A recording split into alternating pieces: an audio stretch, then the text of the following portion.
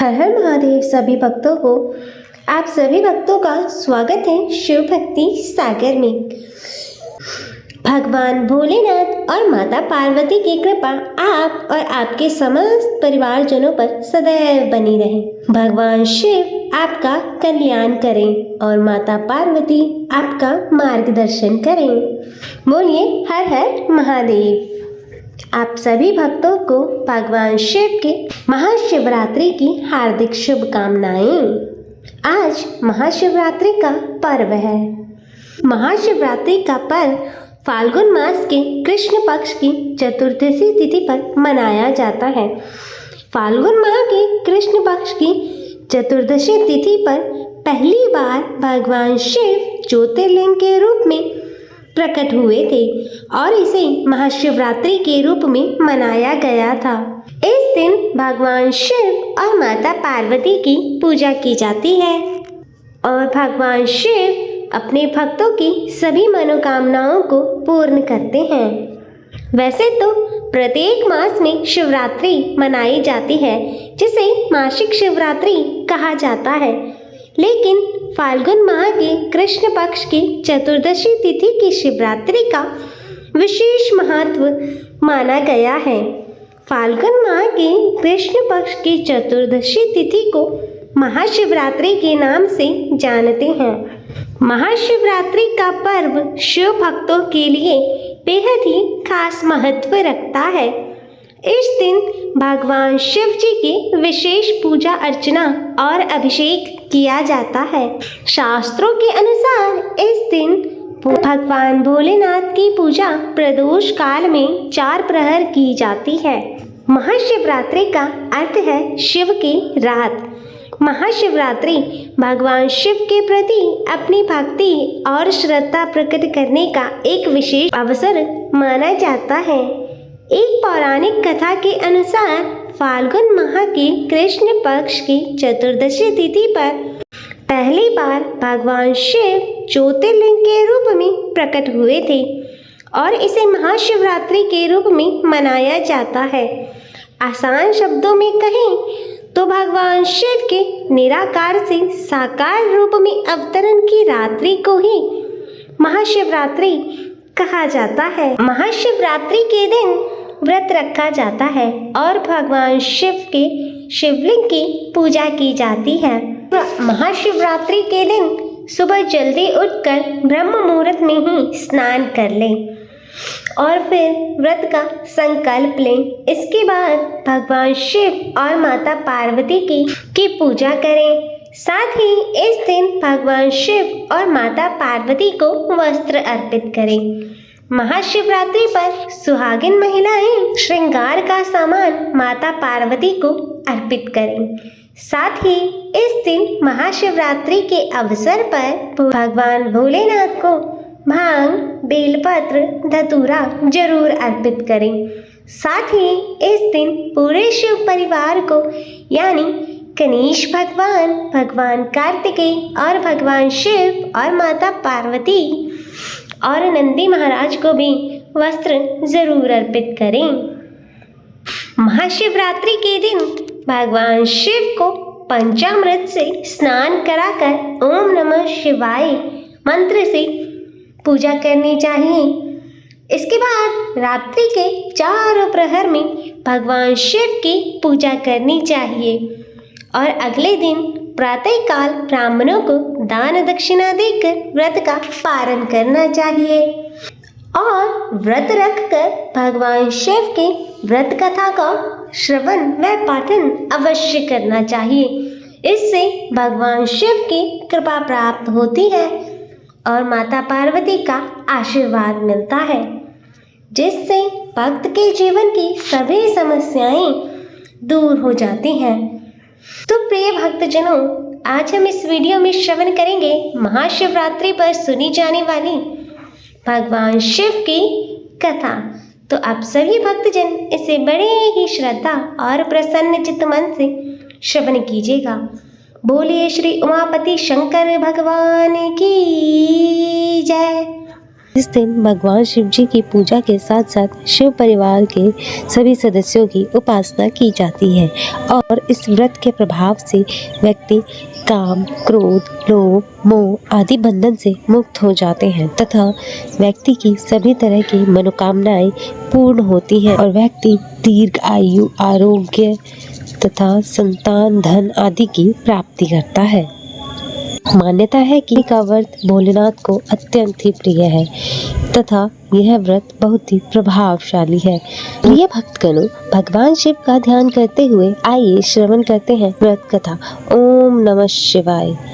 एक बार पार्वती माता ने भोले शंकर से पूछा कि हे भगवान, ऐसा कौन सा श्रेष्ठ तथा सरल व्रत पूजन है जिससे मृत्युलोक के प्राणी आपकी कृपा सहज ही प्राप्त कर लेते हैं। उत्तर में शिव जी ने माता पार्वती को मासिक शिवरात्रि की व्रत का विधान बतलाकर कथा सुनाई। वह कथा कुछ इस प्रकार से है। चित्रभानु नाम का एक शिकारी था। जानवरों की हत्या करके वह अपने परिवार को पालता था। वह एक साहूकार का कर्जदार भी था, लेकिन उसका ऋण समय पर ना चुका सकने के कारण क्रोधित साहूकार ने शिकारी को शिव मठ में बंदी बना लिया। संयोग से उस दिन मासिक शिवरात्रि थी। शिकारी ध्यान मग्न होकर शिव संबंधित धार्मिक बातें सुनता रहा। चतुर्दशी को उसने शिवरात्रि व्रत की कथा भी सुनी। शाम होते ही साहूकार ने उसे अपने पास बुलाया। शिकारी अगले दिन सारा ऋण लौटा देने का वचन देकर बंधन से मुक्त हो गया। अपनी दिनचर्या की भांति वह जंगल में शिकार करने निकला, किंतु दिन भर बंदी गृह में रहने के कारण वह भूख प्यास से व्याकुल था।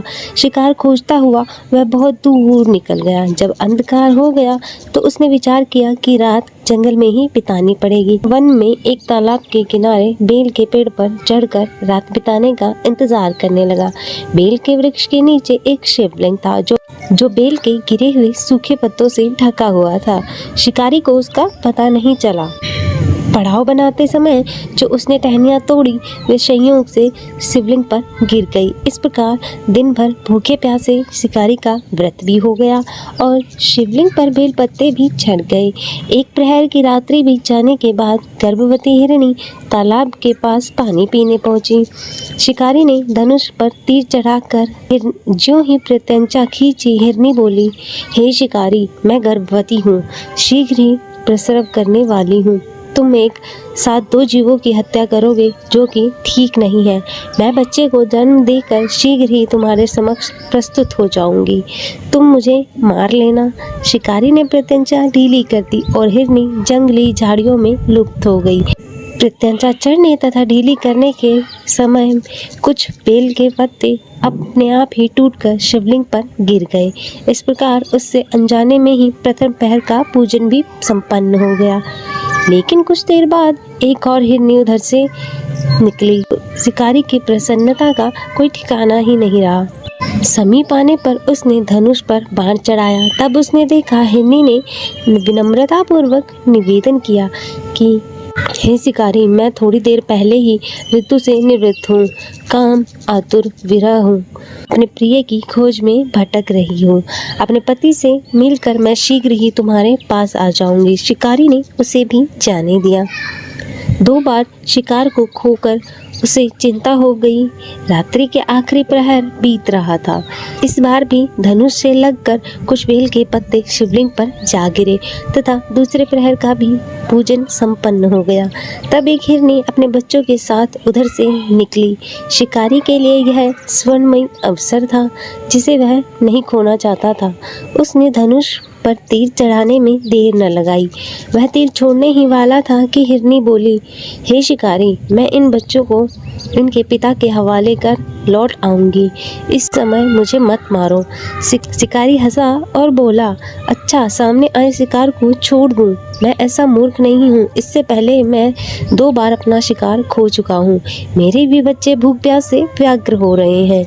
उत्तर में हिरनी ने कहा, जैसे तुम्हें अपने बच्चों की ममता सता रही है, ठीक वैसे ही मुझे भी है। शिकारी, मेरा विश्वास करो, इन्हें इनके पिता के पास छोड़कर तुरंत लौटने की प्रतिज्ञा करती हूँ।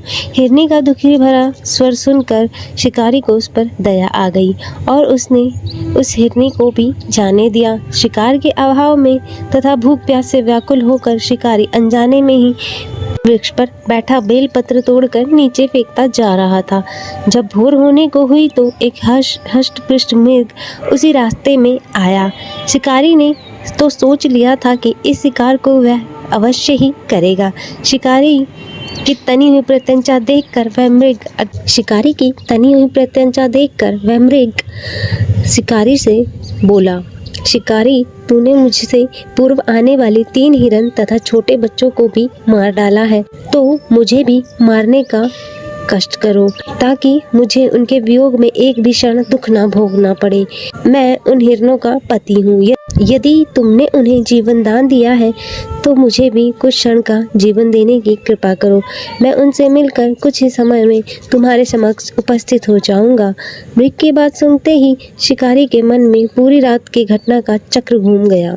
उसने सारी कथा मृग को सुना दी। तब मृग ने कहा, मेरी तीनों पत्नियां जिस प्रकार प्रतिज्ञाबद्ध होकर गई हैं, मेरी मृत्यु से अपने धर्म का पालन नहीं कर पाएंगी। अतः जैसे तुमने उन्हें विश्वास पात्र मानकर छोड़ा है, वैसे ही मुझे भी जाने दो। उनके साथ तुम्हारे सामने शीघ्र उपस्थित हो जाऊंगा। शिकारी ने उसे फिर जाने दिया। इस प्रकार से प्रातः हो गई। उपवास, रात्रि जागरण तथा शिवलिंग पर बेलपत्र चढ़ाने से अनजाने में ही मासिक शिवरात्रि की पूजा पूर्ण हो गई। पर अनजाने में की हुई पूजा का परिणाम उसे तत्काल मिला। शिकारी का हिंसक हृदय निर्मल हो गया, उसमें भगवत शक्ति का वास हो गया। थोड़ी देर बाद ही वह मृग परिवार शिकारी के समक्ष उपस्थित हो गया ताकि वह उनका शिकार कर सके। किंतु जंगली पशुओं की ऐसी सत्यता, सात्विकता तथा सामूहिक प्रेम की भावना को देखकर शिकारी को बड़ी ही ग्लानि हुई। उसने मृग परिवार को जीवन दान दे दिया। अनजाने में ही शिवरात्रि के व्रत का पालन करने से शिकारी को मोक्ष और शिवलोक की प्राप्ति हुई। हे प्रभु, हे दयानिधि, जिस प्रकार आपने शिकारी को सद्गति दी, उसको मोक्ष की प्राप्ति दी, उसी प्रकार अपने सभी भक्तों पर इस कथा कहानी को प्रेम भाव से सुनने वाले पर अपनी कृपा बनाए रखिएगा। जय शिव ओमकारा, ओम जय शिव ओमकारा। ब्रह्मा विष्णु सदा शिव, ब्रह्मा विष्णु सदा शिव, अर्धांगी धारा। ओम जय शिव ओमकारा। एकानन चतुरानन पंचानन राजे, हो भोले पंचानन राजे। हंसानन गरुड़ासन, हंसानन गरुड़ासन, वृषवाहन साजे। ओम जय शिव ओमकारा। 2 भुज 4 चतुर्भुज, 10 भुज अति सोहे, हो भोले 10 भुज अति सोहे। त्रिगुणी रूप निरखता, त्रिगुणी रूप निरखता, त्रिभुवन जन मोहे। ओम जय शिव ओमकारा। अक्षमाला वनमाला रुंडमाला धारी, ओ बोले रुंडमाला धारी। चंदन मृग मद सोहे, चंदन मृग मद सोहे, भाले शशिधारी। ओम जय शिव ओमकारा। श्वेतांबर पीतांबर बागंबर अंगे, हो बोले बागंबर अंगे। सनकादिक गरुनादिक, सनकादिक गरुनादिक, भूतादिक संगे। ओम जय शिव ओमकारा। कर के मध्य कमंडलु चक्र त्रिशूल धरता, हो स्वामी चक्र त्रिशूल धरता। जग करता जग भरता, जग करता जग भरता, जग संहार करता। ओम जय शिव ओंकारा। ब्रह्मा विष्णु सदा शिव जानत विवेका, हो भूल जानत विवेका। प्रणवाक्षर के मध्य, प्रणवाक्षर के मध्य, ये तीनों एका। ओम जय शिव ओंकारा। काशी में विश्वनाथ विराजत, नंदी ब्रह्मचारी, नित्य उठी भोग लगावत, महिमा अति भारी। ओम जय शिव ओंकारा। त्रिकोणी शिव जी की आरती जो कोई नर गावे, कहत शिवानंद स्वामी, कहत शिवानंद स्वामी, मन वांछित फल पावे। ओम जय शिव ओंकारा। ओ भोले जय शिव ओंकारा। ब्रह्मा विष्णु सदा शिव, ब्रह्मा विष्णु सदा शिव, अर्धांगी धारा। हो भोले जय शिव ओंकारा। प्रिय भक्तों, मैं उम्मीद करती हूँ कि आपको यह कथा पसंद आई होगी। वीडियो अच्छी लगी हो तो इसे लाइक करें, ज़्यादा से ज़्यादा शेयर करें और कमेंट में हर हर महादेव ना भूलें। और शिव भक्ति संसार चैनल को सब्सक्राइब कर नोटिफिकेशन बेल को ज़रूर ऑन करें। हर हर महादेव। ओम नमः शिवाय।